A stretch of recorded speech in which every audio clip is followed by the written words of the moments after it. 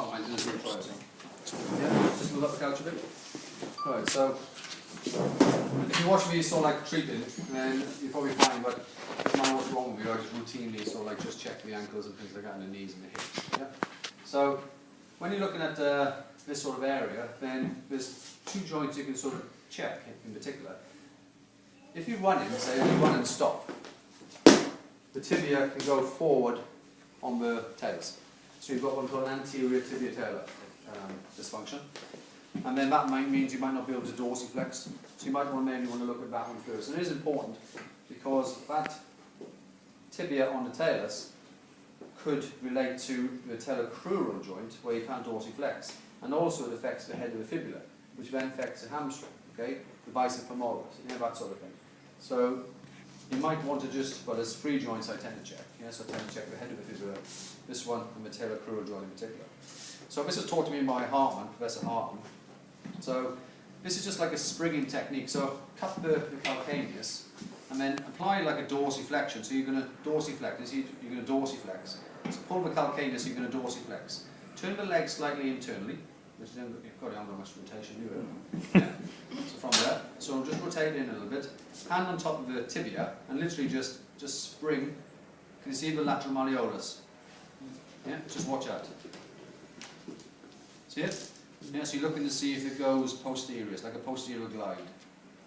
Can be a little bit tender on the tibia, so if it's tender, put a pillow or towel, just absorb some of your energy. That in itself is a little mobilization technique into a little thrust, and that's fine. So that joint's okay, otherwise it would have cracked. Yeah, let me just check this one. So you're just going to dorsiflex, roll in a little bit, lock, thrust, it's fine. So that joint's okay, probably because you did it earlier. So that one's okay. Now we're going to look at the talocrural joint. There's quite a famous guy, podiatrist in America, Dr. Howard Dannenberg, and he showed me a technique where if the talocrural joint is out of sync, the peroneals are weak.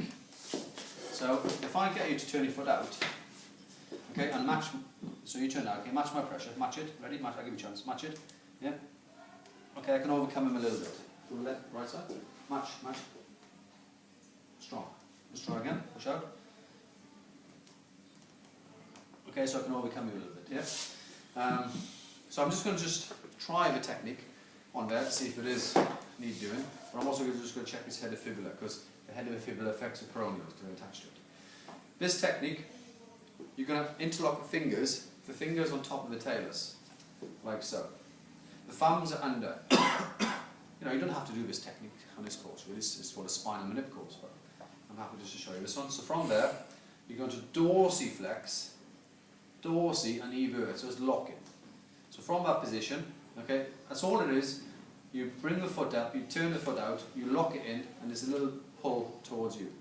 So your little traction, eversion from there, thrust, that way, and it's moving okay now. Yeah?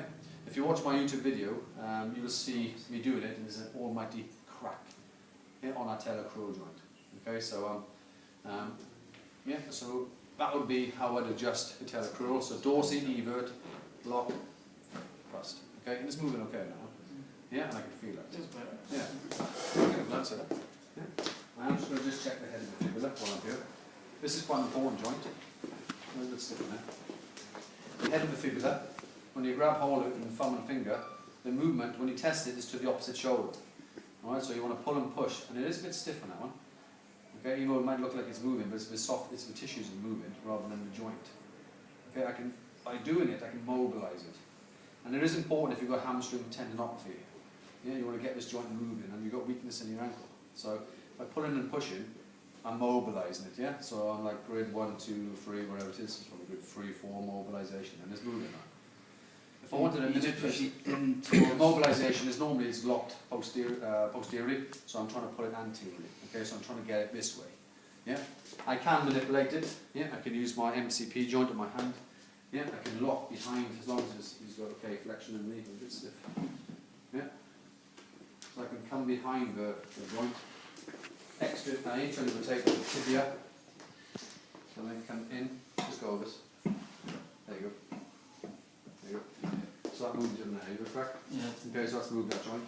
And in theory, the peroneals will be stronger. Okay? Turn your foot out. Out, out, out.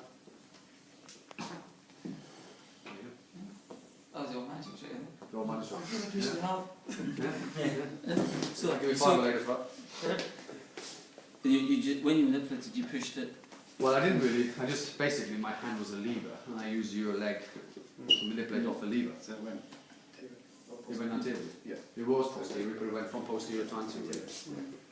Yeah. Mm. On that one, but it works really well. That one. Yeah. Did that? That was on the think tank, wasn't it? That when we showed it. Think tank, yeah, well done. Yeah, the silly think tank. That's why I saw Mark.